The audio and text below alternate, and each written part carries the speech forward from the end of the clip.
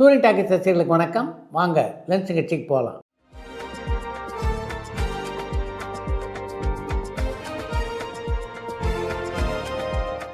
என்னப்பா முதல் கேள்வி? நடிகர் ரவிச்சந்திரன், மோகன் இவங்க 2 பேர்ல அதிக வெள்ளி விழா திரைப்படங்கள்ல நடிச்சது யாருன்னு கடலாடியிலேருந்து பாலசுப்ரமணியம் கேட்டிருக்காங்க. மோகன், ரவிச்சந்திரன் ஆகிய இருவரில் மிக அதிகமான வெள்ளி விழா படங்களை நடித்ததுன்னா அது ரவிச்சந்திரன் தான். தமிழ் சினிமா சம்மந்தப்பட்ட கேஸ் ஏதாச்சும் சுப்ரீம் கோர்ட் வரைக்கும் போயிருக்கா? அப்படி போனதுல எது பிரபலமான கேஸ்ன்னு பெருந்தமிழன் பாண்டிச்சேரியிலேருந்து கேட்டிருக்காங்க. மணிரத்னத்துடைய இயக்கத்திலே கமல்ஹாசன் நடித்த தக்லைப் திரைப்படத்துக்கு கர்நாடகாவில் பிரச்சனை எழுந்தபோது அந்த கேஸை சுப்ரீம் கோர்ட்டுக்கு தான் எடுத்துகிட்டு போனாங்க. சமீபத்தில் சுப்ரீம் கோர்ட்டுக்கு போன தமிழ் சினிமா சம்மந்தப்பட்ட கேஸ்னால் அதுதான். ஒரே படத்துக்கு 2 இயக்குநர்களோட ரஜினியோ கமலோ பணியாற்றி இருக்காங்களான்னு சந்தனகுமார் சென்னையிலேருந்து கேட்டிருக்காங்க. கமல், ரஜினி ஆகிய இருவரில் கமல் இரட்டை இயக்குனருடைய இயக்கத்திலே ஒரு திரைப்படத்தை நடிச்சிருக்காரு. அந்த படத்தினுடைய பெயர் நீல மலர்கள். அந்த படத்தை இயக்கியது கிருஷ்ணன் பஞ்சு ரெட்டையர்கள். அந்த படத்திலே கமல்ஹாசனுக்கு ஜோடியாக நடித்தது ஸ்ரீதேவி. சுந்தர் சி ரொம்ப பெரிய வாய்ப்பை வேணாம் அப்படின்னு சொல்லியிருக்காரு. இதனால் அவரோட சினிமா வாழ்க்கை பாதிக்குமா? அடுத்தடுத்து அவருக்கு படங்கள் வர்றது குறையுமான்னு தினேஷ் சின்னசேலத்துலேருந்து கேட்டிருக்காங்க. சூப்பர் ஸ்டார் ரஜினிகாந்தனுடைய படத்தை இயக்குகின்ற வாய்ப்பை ஏற்றுக்கொள்ளாததுனால சுந்தர் சிக்கு திரையுலகத்திலே மிகப்பெரிய பாதிப்பு எதுவும் ஏற்படுவதற்கான வாய்ப்புகள் இல்லை. தியாகராஜ பாகவதர் காலத்தில் பெண் இயக்குநர்கள் இருந்தாங்களான்னு அஜய் ஒசூர்லேருந்து கேட்டிருக்காங்க. தியாகராஜ பாகவதர் கதாநாயகனாக அறிமுகமாவதற்கு முன்னாலேயே டிபி ராஜலட்சுமி என்ற ஒரு பெண் இயக்குனர் தமிழ் சினிமா உலகிலே தோன்றிவிட்டார். பல தமிழ் திரைப்படங்களை இயக்கி தயாரித்து நடித்த நடிகை தான் TP Rajalakshmi. Director V Sekar அவர்கள் இப்போ நம்ம கூட இல்லை. அவங்கள பற்றி ஏதாவது ஷேர் பண்ண முடியுமான்னு பழனியிலேருந்து ஹரீஷ் கேட்டிருக்காங்க. இயக்குனர் வி சேகர் மாதிரி ஒரு இயக்குனரை பார்ப்பது என்பது ரொம்ப கஷ்டம். நல்ல நல்ல படங்களை அவர் இயக்கி இருக்கிறார் அப்படின்றதுக்காக மட்டும் நான் சொல்லலை.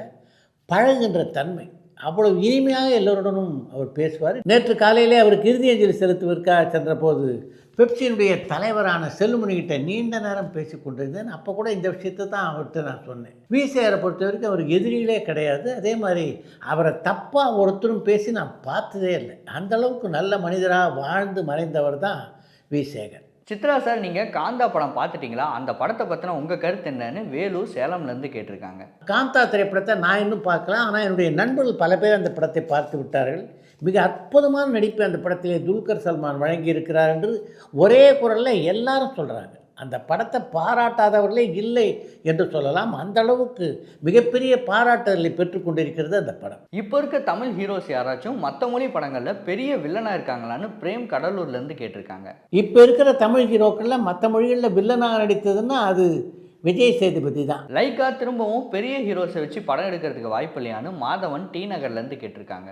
லைக்கா முன்னணி கதாநாயகர்கள் பல பேரை வைத்து படம் எடுத்த நிறுவனம். அதனால் மீண்டும் முன்னணி கதாநாயகர்களோடு இணைந்து அவள் படங்களை எடுப்பதற்கு எல்லா வாய்ப்பும் இருக்குது. இனி படம் தயாரிக்க போகிறதில்லன்னு வெற்றிமாறன் சொல்லியிருந்தார். அந்த முடிவில் அவர் ஸ்ட்ராங்காக இருக்காரா, இல்லை பின்னாடி அவர் படம் தயாரிக்க வாய்ப்பு இருக்கான்னு அருண் சிதம்பரத்துலேருந்து கேட்டிருக்காங்க. இப்போதைக்கு அந்த முடிவிலே உறுதியாகத்தான் இருக்கிறார் வெற்றிமாறன். அதன் காரணமாகத்தான் அடுத்த வாரம் வெளியாக இருக்கின்ற மாஸ் திரைப்படத்தில் கூட அவருடைய நிறுவனத்துடைய பெயர் இடம் பெறவில்லை. பைசன் படம் நல்லாவே ஓடி இருந்தாலும் இன்னும் துருவ் விக்ரமுக்கு அடுத்த படம் வாய்ப்பு வரலையே, அதற்கு காரணம் என்னன்னு மணிமாறன் ஆத்தூர்லேருந்து கேட்டிருக்காங்க. துருவ் விக்ரமை தேடி வாய்ப்பு வரல அப்படின்னு உங்களுக்கு யார் சொன்னாங்க?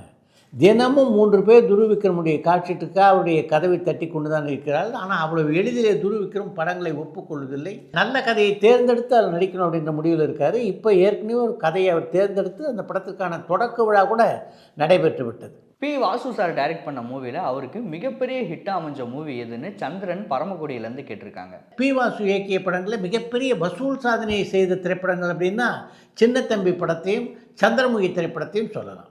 இப்போ இருக்க தியேட்டர்ஸில் டெக்னிக்கல் ஃபால்ட்னால ஷோலாம் கேன்சல் பண்ணுறாங்க. அந்த மாதிரி முன்னாடி காலத்தில் படம் ஓட்டுறதுல என்னெல்லாம் சிரமம் இருந்ததுன்னு ஈஸ்வரி ஒசூர்லேருந்து கேட்டிருக்காங்க.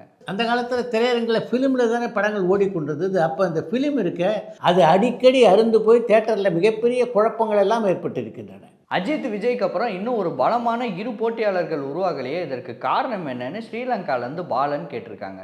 சினிமாவில் இரு போட்டி நடிகர்கள் இருந்தே ஆக வேண்டும் அப்படின்ற கட்டாயம் இருக்கா என்ன? பட்டத்து அரசன் படத்துக்கு அப்புறம் டைரக்டர் சர்குணம் வேற ஏதாவது படங்களை டைரக்ட் பண்ணாரா? இப்போ என்ன பண்ணிட்டு இருக்காங்கன்னு மாதவன் டி நகர்லேருந்து கேட்டிருக்காங்க. இப்போ சர்குணம் ஒரு திரைப்படத்தை இயக்கி கொண்டிருக்கிறார். அநேகமாக ஜனவரி மாதம் அந்த படம் வெளியாகும் அப்படின்னு நினைக்கிறேன். 2-3 படங்களை டைரக்ட் பண்ண தியாகராஜா குமாரராஜாவை எப்படி மக்கள் மிஸ்கின் வெற்றிமாறனோட கம்பேர் பண்ணுறாங்கன்னு ரஞ்சித் கோடம்பாக்கத்துலேருந்து கேட்டிருக்காங்க. ஒரு இயக்குனர் மிகச்சிறந்த இயக்குனரா இல்லையா என்பதை அவருடைய படங்களுடைய எண்ணிக்கையை வச்சு முடிவு பண்ணுவீங்களா, இல்லை அவருடைய படத்தினுடைய தரத்தை வைத்து முடிவு பண்ணுவீங்களா? மதுரை சம்பவம் படத்தில் நடித்த ஹீரோ யார், அவர் வேறு ஏதாவது படத்தில் நடிச்சிருக்காங்களான்னு திலீபன் பெங்களூர்லேருந்து கேட்டிருக்காங்க. மதுரை சம்பவம் படத்திலே கதாநாயகன் நடித்திருந்தவருடைய பெயர் ரவிக்குமார். அந்த படம் தவிர வேறு சில திரைப்படங்களும் அவர் நடித்திருக்கிறார். டைரக்டர் டிஜே ஞானவேல் அவர்கள் அடுத்த படம் தொடங்கிட்டாங்களான்னு பிரவீன் ஈரோட்லேருந்து கேட்டிருக்காங்க. டிஜே ஞானவேல் அடுத்து சரவணபவன் அண்ணாச்சியினுடைய கதையைத்தான் தோசா கிங் என்ற பெயரிலே வெப் சீரிஸாக உருவாக்க இருக்கிறார். அதற்காக மோகன்லாலை அணுகி பேச்சுவார்த்தை நடத்தி கொண்டிருக்கிறார். இன்னும் அந்த படத்தில் நடிக்க மோகன்லால் தன்னுடைய சம்மதத்தை தெரிவித்ததாக தெரியல. கேப்டன் மில்லர் திரைப்படம் தனுஷுக்கும் டைரக்டர் அருண் மாதேஸ்வரனுக்கும் வெற்றி படமாக அமைஞ்சதான்னு தினேஷ் ஸ்ரீநகர்லேருந்து கேட்டிருக்காங்க. கேப்டன் மில்லர் திரைப்படம் அந்த படத்தை இயக்கிய அருண் மாதேஸ்வரன், தனுஷ் ஆகிய இருவருக்குமே வெற்றி படமாக அமையலை. கத்தி படத்துக்கு அப்புறம் லைக்கா ப்ரொடக்ஷன் ஏன் விஜயை வச்சு ஒரு படம் கூட பண்ணலன்னு சங்கர் மேடவாக்கத்துலேருந்து கேட்டிருக்காங்க. கத்தி படத்துக்கு பின்னாலே விஜய் வைத்து படம் எடுக்கின்ற வாய்ப்பை விஜய் லைக்கா நிறுவனத்துக்கு வழங்கவில்லை.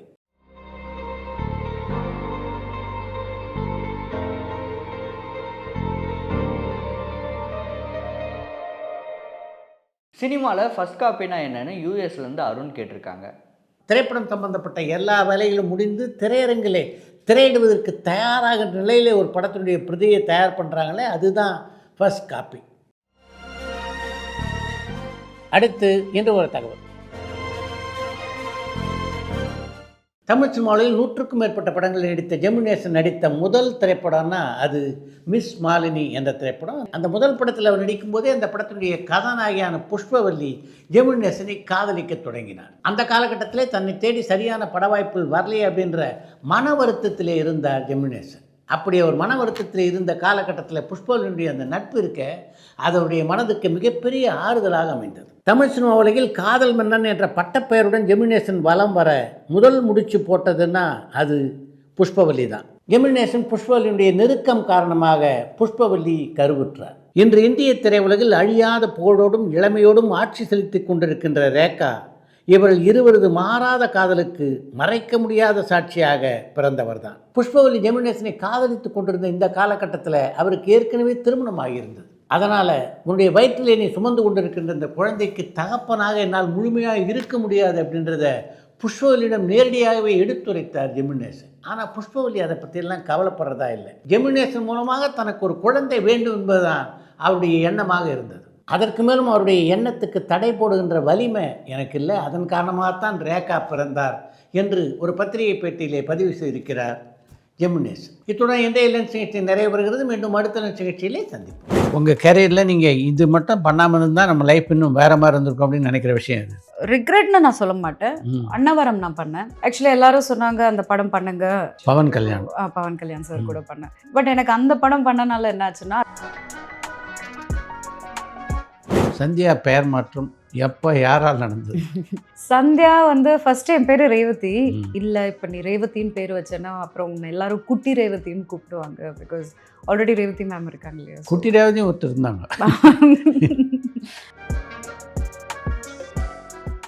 உங்களுடைய முதல் படத்துடைய பெயர் காதல். சந்தியா எப்பெல்லாம் காதல் வசப்பட்டிருக்கீங்க? இருந்திருக்கேன் சார், இருந்திருக்கு. ஒரு 2-3 ரிலேஷன்ஷிப் இருந்திருக்கு.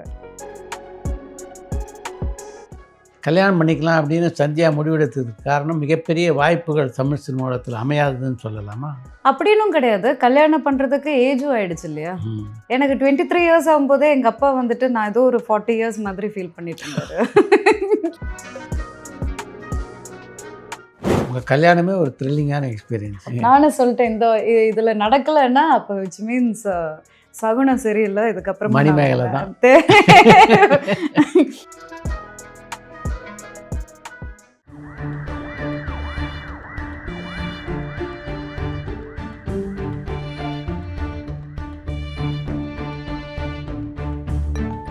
பரபரப்பான சினிமா செய்திகள், நட்சத்திரங்களின் பேட்டிகள், சினிமா வரலாறு ஆகியவற்றை பார்க்கவும் படிக்கவும் உங்களுக்கான இணையதளம் touringtalkies.co.